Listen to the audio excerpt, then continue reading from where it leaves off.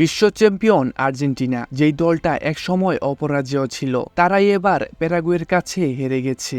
2 গোল খেয়েও পাল্টা আক্রমণে জয়ের চেষ্টা, কিন্তু পারল না। এই পরাজয়ের পর আর্জেন্টিনার কোচ স্কালোনির প্রতিক্রিয়া কি ছিল, কি বললেন তিনি তার দলের খেলোয়াড়দের নিয়ে, জানতে হলে ভিডিওটি অবশ্যই পুরোটা দেখুন। বিশ্বকাপ জয়ী আর্জেন্টিনা, যাদের কাছ থেকে সবাই সবসময় জয়ের প্রত্যাশা করে, তারা হঠাৎ করে কিভাবে এমন ফর্মহীন অবস্থায় পড়ল, বিশেষ করে প্যারাগুয়ের কাছে 8 বছর পর হার। এমন একটা ধাক্কা সামলে উঠতে স্কালোনির কৌশল কি হতে পারে? ম্যাচের পর সংবাদ সম্মেলনে স্কালোনি বললেন তিনি তার খেলোয়াড়দের সমালোচনা করতে চান না, বরং তাদের পাশে থাকতে চান। স্কালোনির মতে এমন ম্যাচগুলো দলের উন্নতির জন্য গুরুত্বপূর্ণ। তার মতে প্রথমার্ধে আর্জেন্টিনা ভালো খেলেছিল, কিন্তু প্রতিপক্ষের রক্ষণ ব্যবস্থা কঠিন পরিস্থিতি তৈরি করে। স্কালোনি বলেন, আমরা আমাদের সর্বোচ্চ চেষ্টা করেছি, কিন্তু সফল হতে পারিনি। প্রতিপক্ষকে অভিনন্দন জানাতে হবে।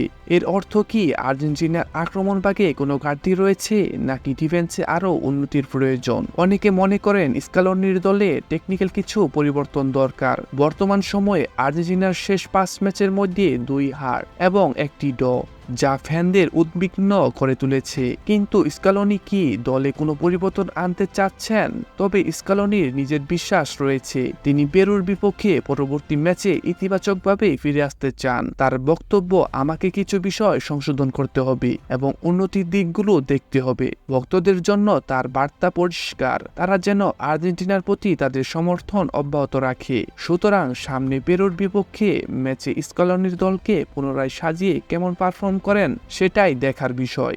এই কঠিন সময়েও আর্জেন্টিনার কোচ নিজের খেলোয়াড়দের প্রতি পূর্ণ আস্থা রাখছেন এবং পরবর্তী ম্যাচে ভালো করার প্রস্তুতি নিচ্ছেন। আমরা তার এই ইতিবাচক মনোভাবকে কিভাবে দেখছি? আর্জেন্টিনার ফ্যান হিসেবে আপনাদের প্রতিক্রিয়া কেমন? কমেন্টে জানাতে বলবেন না।